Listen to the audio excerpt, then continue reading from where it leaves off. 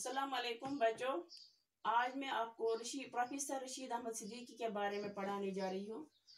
इनका एक इंशाया है आपकी किताब में दावत। पहले हम इनके बारे में कुछ जानकारी हासिल करेंगे, बाद में आपको वो इंशाया पढ़ाएंगे हम।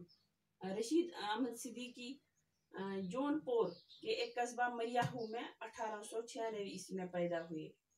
उन दिनों जो मरवजा तालीम जो थी वो घर पर ही हासिल की जाती थी। घर पर ही अरबी और फारसी पढ़ाया जाता था। मरवजा यानी राइज जो हो, जिस तरह से आज स्कूलों में हम जो तालीम हासिल करते हैं उसको हम मरवजा तालीम कहते हैं। जो घर पे अगर हम कुरान पाक की तालीम हासिल करें या अहादीस वगैरह की, उसको नहीं, बल्कि जो स्कूलों में तालीम हासिल करते हैं उसको मरवजा तालीम कहते हैं। लेकिन उन दिनों भी आम रिवाज था कि फारसी और अरबी की तालीम घर पर ही पढ़ी जाती थी। फिर ये जौनपुर के एक स्कूल में आ गए, वहाँ बोर्डिंग में रहने लगे और हाई स्कूल वहाँ पे पास किया। हाई स्कूल का मतलब है 10वीं का एग्ज़ाम पास किया। और फिर उन्होंने अदालतों में ये कचहरी में उन्होंने नकल नवीसी का काम करने लगे। ये कचहरी का मतलब है अदालत, कोर्ट।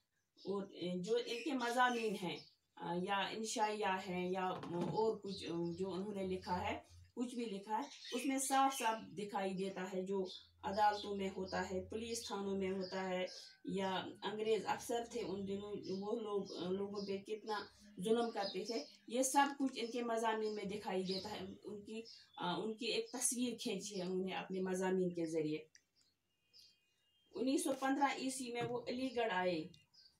ये ज़माना अलीगढ़ में वो इस वक्त अलीगढ़ को मोहम्मदन इग्लो ओरिएंटल कॉलेज का नाम था। अलीगढ़ का पहले उनका नाम यही था। इसके बाद उसका नाम अलीगढ़ मुस्लिम यूनिवर्सिटी पड़ गया।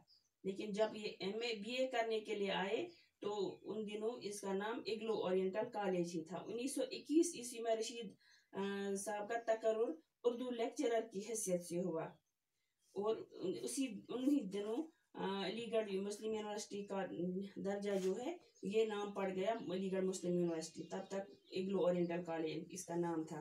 और उन दिनों वहाँ सिर्फ दीनियात कंपलसरी थी, जो दीनियात का सब्जेक्ट था वही। और उनकी तकर्रुरी के बाद ही उर्दू भी कंपलसरी, उर्दू का जो सब्जेक्ट है, उर्दू मजमून भी वहाँ पे ज़रूरी करार दिया, लाजमी करार दिया गया।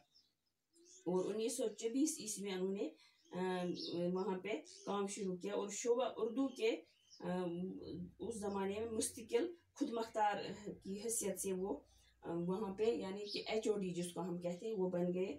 और रशीद साहब उसके सदर भी बन गए। इस ज़माने में जो यूरोप की तारीख जो थी उसका तर्जमा इन्होंने उर्दू ज़बान में लिखा। मकदमा फ़ानी बाक़ियात, फ़ानी पयाम इकबाल, तंज़ियात, मुज़क्कात और मुनफ़रद मज़ाया भी उन्होंने लिखे हैं इनके बारे में, जिनका मैंने यहाँ पे नाम लिया इनके बारे में। और 1957 ईस्वी तक ये शोबा उर्दू के सदर रहे। जो उर्दू का डिपार्टमेंट है, उर्दू का जो महकमा था वहाँ पे, वहाँ उसमें वो सदर रहे और मरकज़ी वजारत। इसके बाद वो ये वज़ीर तालीम के मरकज़ में डायरेक्टर रहे, यानी नाज़िम तालीमात रहे, वो मरकज़ी वज़ीर नाज़िम तालीमात।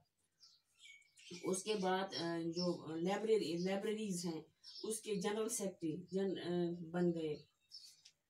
इसके बाद इन्होंने ये रिटायर हो गए और इनका इंतकाल 1977 ईस्वी में हुआ।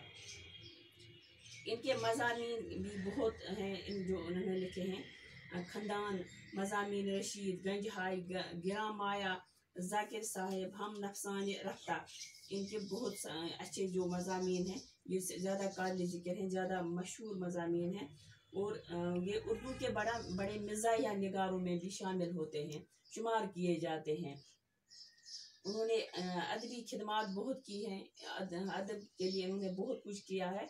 और जो उन दिनों आज़ादी की लड़ाई जीती थी, हिंदुस्तान ने आज़ाद हुआ था, तो उस बारे में जो इनसे पहले के वाक़ात का असर भी इन पर था, तो उसमें भी इन्होंने बहुत हिस्सा लिया था।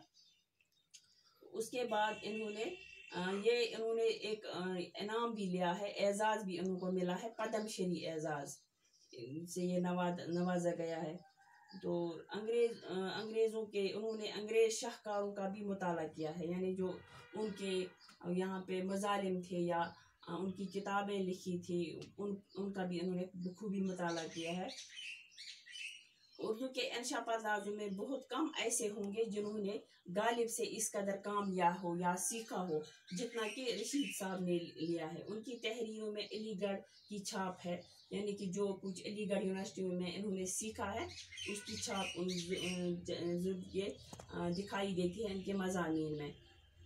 اور یہ اردو کے بہترین انشا پردازوں میں بھی ان کو شمار کیا جاتا ہے۔ طنز و مزاح کے میدان میں بھی ان کی ایک خاص اہمیت اور منفرد مقام حاصل ہے۔ بس باقی وسلام، تو آج کے لیے اتنا ہی۔